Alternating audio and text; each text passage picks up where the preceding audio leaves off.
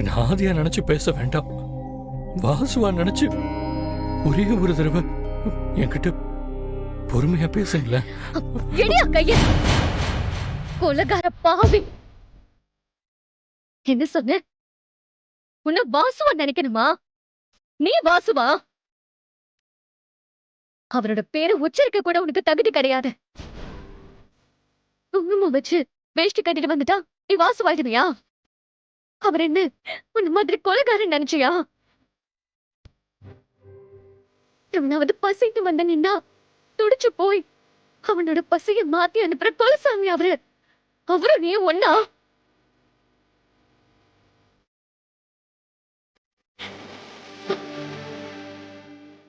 கல்யாணம் நாள்ல இருந்து விளையாட்டுக்கு கூட என்கிட்ட போய் சொல்லாதவர் அவரு. அவரு நீ ஒன்னா? குழந்தை மாதிரி சிரிச்சுட்டே இருந்தவரு நீ உன் அம்மாவை செஞ்சு இப்படி கொடூரமா கொண்டு இருக்கீங்களே, நீங்கள நல்லா இருப்பீங்களா? நான் கொலைகாரனா? வாசு நானும் ஆமா ஆமா கொல்லும். என்ன பாரதி இப்படி சொல்றீங்க? நடிக்காத. எனக்கு எல்லாம் உண்மையும் தெரியும்.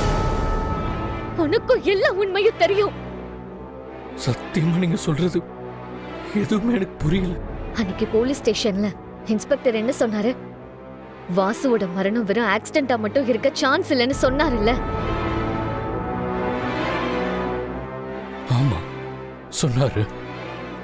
அப்போ உனக்குள்ள இருக்கிறது வாசுவோட இதயம் தான் உனக்கு தெரியாது?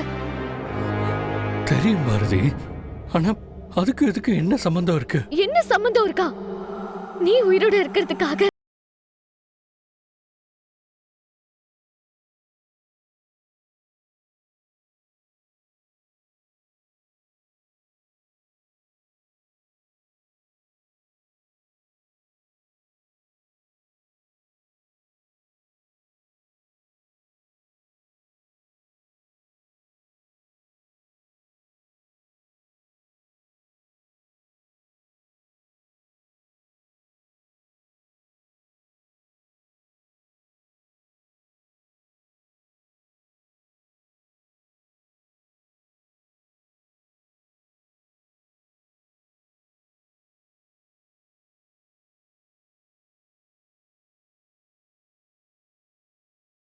உங்க யாருக்குமே யோசிக்க தோணலையா?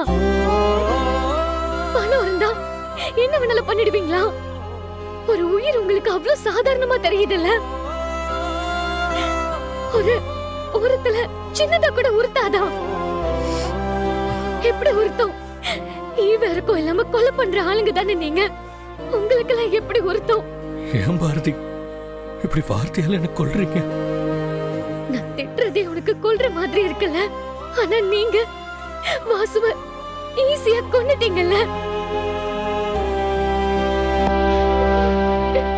ப்ளீஸ் திரும்ப திரும்ப அந்த வார்த்தையை சொல்லாதீங்க.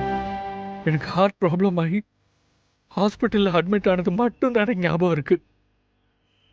அதுக்கப்புறம் நான் கண்ணு முழிக்கிற வரைக்கும் என்ன நடந்துச்சுன்னு எனக்கு எதுவுமே தெரியாது.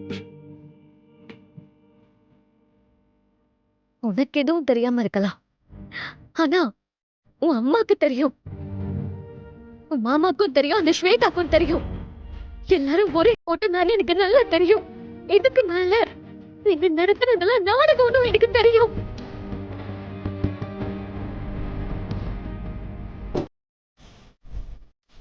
எப்படியோ எல்லாரும் சேர்ந்து ஒரு கொலைய பண்ணி அதை மூடி மறைச்சு என்ன முட்டாளாக்கிட்டீங்கல்ல? போதும்டா சாமி, போதும். உங்க மொத்த நாடகத்தை இதோட நிறுத்திக்கோங்க. இல்ல பாரதி, இந்த நிமிஷம் வரைக்கும் அம்மா அம்மா எதுவுமே என்கிட்ட சொல்லல. என்ன நடிப்பு? நான் அவங்களுக்கு மருமக இல்லையா, மகளா? என் பொண்ணுதான் அவங்களுக்கு வாரிசா? எப்பா, எப்படி எப்படி கொஞ்சம் கூட குற்ற உணர்ச்சி இல்லாம இப்படி எல்லாம் இருக்க முடியுதுன்னு தெரியல. அப்ப கூட நான் எந்த தப்பும் பண்ணலையே. உங்களையும் தமிழையும் எனக்கு எந்த அளவுக்கு பிடிக்கும் தெரியுமா? உன்ன தமிழ் தமிழ்னு சொல்றியே, வாசுவுக்கு தமிழ்னா எவ்வளவு பிடிக்கும் தெரியுமா? அவருக்கு உலகமே தமிழ் தான். அவரு மூச்சு இழுத்து புடிச்சிட்டு இருந்ததே தமிழுக்காக தான் இருந்திருக்கும். அந்த மூச்சை நிறுத்திட்டீங்களே, படு போவீங்களா? பாரதி, உங்க கோபம், வேதனை, கண்ணீர் இது எல்லாமே நியாயம்தான். ஆனா இதெல்லாம் தப்பே செய்யாத என்கிட்ட காட்டுறதுதான் எனக்கு வேதனையா இருக்கு. உங்களை நேசிச்சவன்ற முறையில உங்களை தொட்டு தாலி கட்டினன்ற உரிமையில சொல்றேன். வாசுவோட மரணத்துக்கு பின்னாடி யார் இருந்தாலும் சரி, அவங்களை தண்டிக்க வேண்டியது என் பொறுப்பு. பிளீஸ், தயவு செஞ்சு என் கூட வாங்க. உங்களுக்கு உண்மை என்னன்னு நான் புரிய வைக்கிறேன்.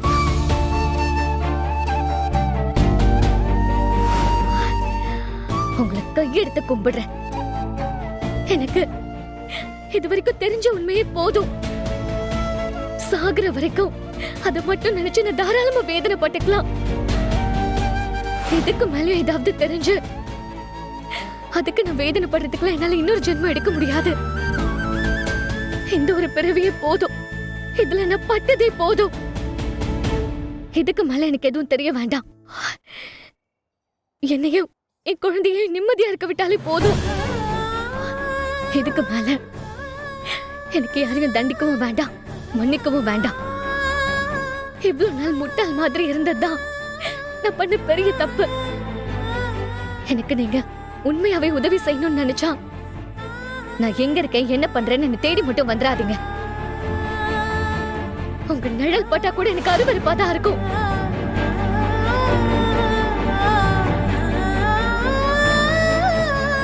அப்போ என்னை விட்டு முழுசா போக போறீங்களா பாரதி? சாகுற வரைக்கும் என் கூடவே இருப்பேன்னு சொன்னீங்களே, அந்த காதெல்லாம் பொய்யா?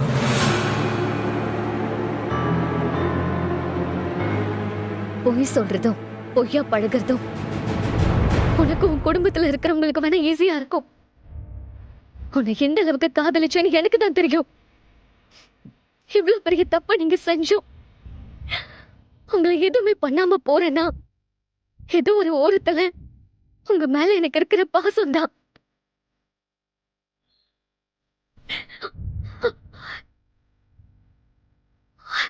அந்த நினைப்பையை தொடச்சு தூக்கி எறியதான் நான் இங்கிருந்து போறேன்.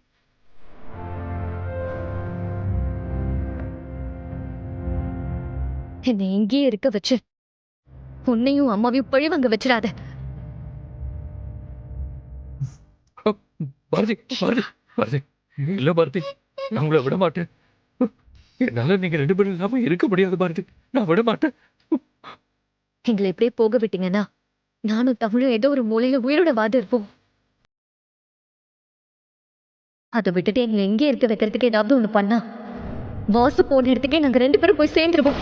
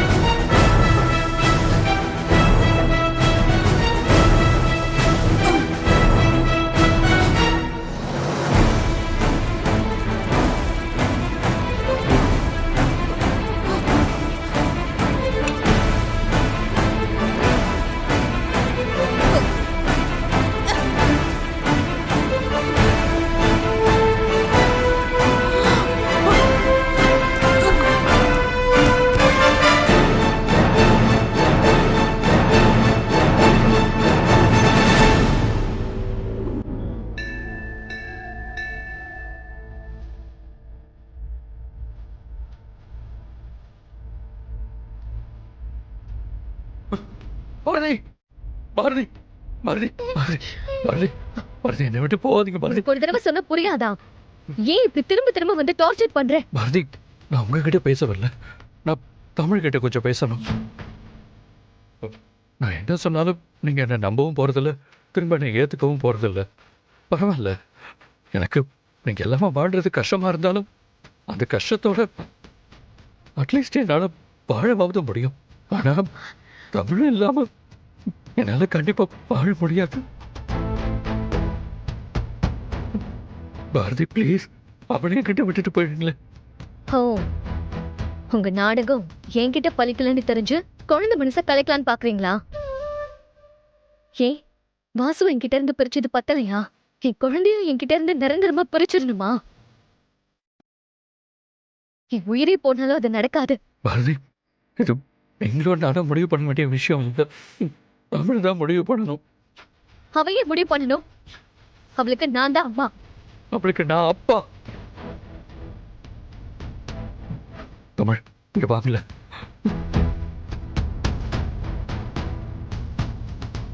இங்க பாருங்க தமிழ், அப்பாவுக்கும் அம்மாவுக்கும் இந்த மாதிரி சின்ன சின்ன சண்டை வரும். நீங்க அதெல்லாம் எதுவும் மனசுல ஏத்திக்க கூடாது, சரிங்களா? தமிழ், இப்ப நான் சொல்ல போறதெல்லாம் உங்களுக்கு புரியும்னு நம்புறேன். அப்பா உங்க மேல எவ்வளவு பாசம் வச்சிருக்கேன்னு தெரியும்ல. இந்த பருவ ஆரம்பிச்சது உங்ககிட்ட இருந்தா. யார் என்ன சொன்னாலும் சரி, நீங்க ஏன் பொண்ணு, அதை யாராலையும் மாத்த முடியாது. இங்க பாருங்க தமிழ், உங்க மேலையும் உங்க அம்மா மேலையும் நான் உயிரையே வச்சிருக்கேன். ஆனா உங்க அம்மா தான் என்ன நம்ப மாட்டேங்கிறாங்க. ப்ளீஸ், தயவு செஞ்சு நீங்களாவது என்ன நம்புங்க தமிழ். தினமும் உங்களை பார்க்கலன்னா, உங்ககிட்ட பேசலன்னா என்னால நிம்மதியாவே இருக்க முடியாது தமிழ். நீங்க என் வாழ்க்கையில வந்ததுக்கு அப்புறம் தான் என் வாழ்க்கையே அழகாச்சு. இப்போ திடீர்னு என்ன தவிக்க விட்டுட்டு போனா எப்படி? தமிழ், நீங்க எனக்கு வேணும்டா. நீங்க அப்பா கூடவே இருந்திருக்க தமிழ். அப்பா பாவம் தானே தமிழ். ப்ளீஸ் தமிழ், ப்ளீஸ் அப்பா விட்டு போயிடாதீங்க. போக மாட்டீங்களா?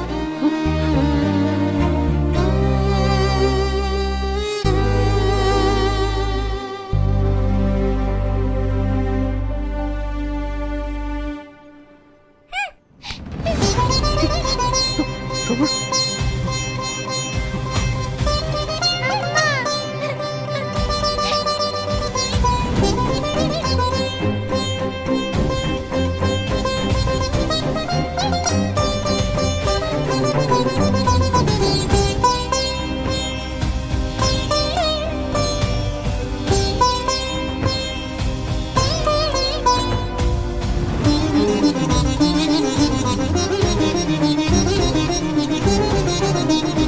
போதுமா?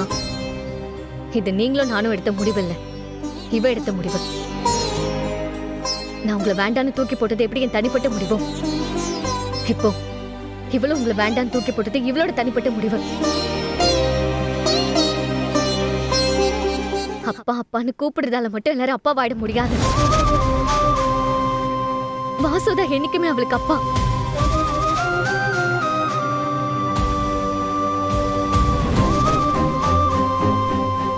அவரை கொன்னது நீங்க தானே அவன் மனசுல ஆழமா பதிஞ்சிருச்சு. நான் என்னைக்காவது உங்களை மன்னிச்சாலும் என் பொண்ணு உங்களை மன்னிக்க மாட்டா.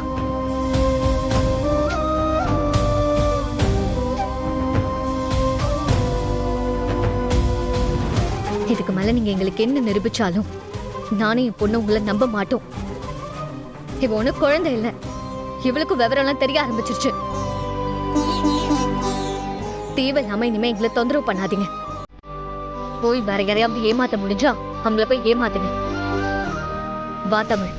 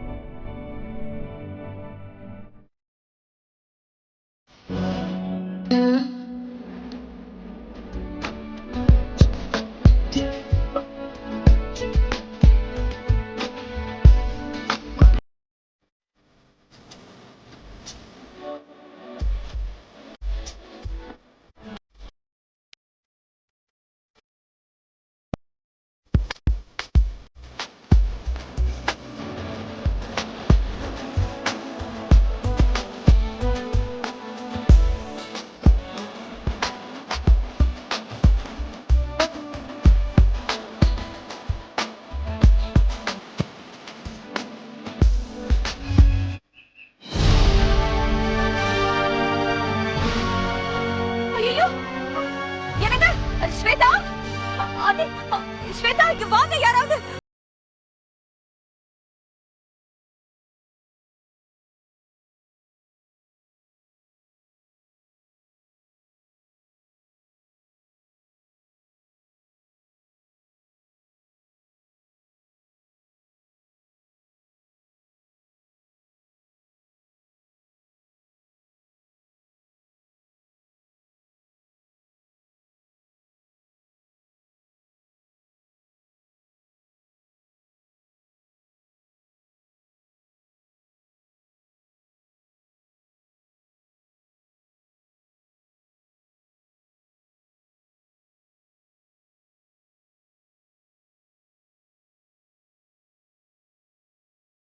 இல்லங்க, மயக்கடிச்சு கீழே விழுந்து கிடந்தாங்க.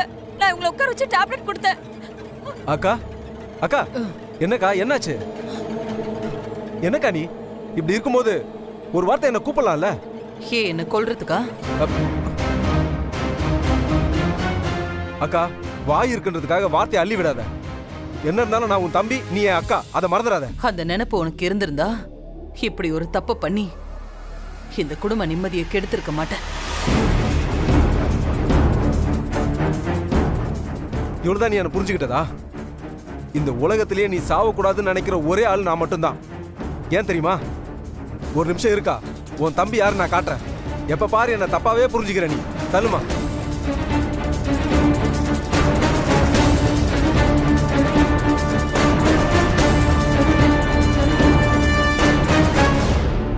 அக்கா இங்க பாரு, உன்னுடைய மொத்த சொத்தையும் என் பேருக்கு மாத்தி எழுதுறதுக்கான பத்திரம் இங்க பாரு. இதுல கையெழுத்து போடாம நீ சாவக்கூடாதுன்னு நினைக்கிறது நான் மட்டும்தாக்கா. அதனாலக்கா இதுல கையெழுத்து போட்டு நீ செத்துரு, சரியா? அக்கா உனக்கு நானே எல்லா சாங்கியமும் பார்த்து ராணி மாதிரி அனுப்பி வைக்கிறேன். நீ எல்லாம் ஒரு தம்பியாடா? உன்னை என் தம்பின்னு சொல்லிக்கிறதுக்கு எனக்கு அசிங்கமா இருக்கு. எனக்கு கூட தான் உன்னை அக்கான்னு கூப்பிடுறது பிடிக்கல, அதுக்காக நான் கூப்பிடாம இருக்கனா? கையெழுத்து போடுக்கா. நீ இருக்கும் போதே கையெழுத்து வாங்கினாதான் எல்லாமே சரியா இருக்கும். நீ பாட்டுக்கு பொசுக்குன்னு போய் சேர்ந்துட்டேன்னு வச்சுக்கோ, உன் மகன் கிட்ட இருந்து ஒரு சின்ன செங்கல் கூட உருவ முடியாம போயிடும். சரி சீக்கிரம் கையெழுத்து போடு. கா அடம் முடிக்காம கையெழுத்து போடுக்கா. அட புடிங்கறல பாரு. ஐயோ என்னங்க நீங்க என்ன பண்ணிட்டு இருக்கீங்க? எனக்கு தெரியாது என்ன பண்ணனும்னு. அக்கா கையெழுத்து போட போறியா இல்லையா? செத்தாலும் நான் சாவேனே தவிர கையெழுத்து மட்டும் போடவே மாட்டேன். திரும்ப கேட்க மாட்டேன். கையெழுத்து போடுன்னு சொல்றல. போடு கையெழுத்து. நீ அமைதியா இருமா. கையெழுத்து போடுன்னு சொல்றல. விடு அறிவு.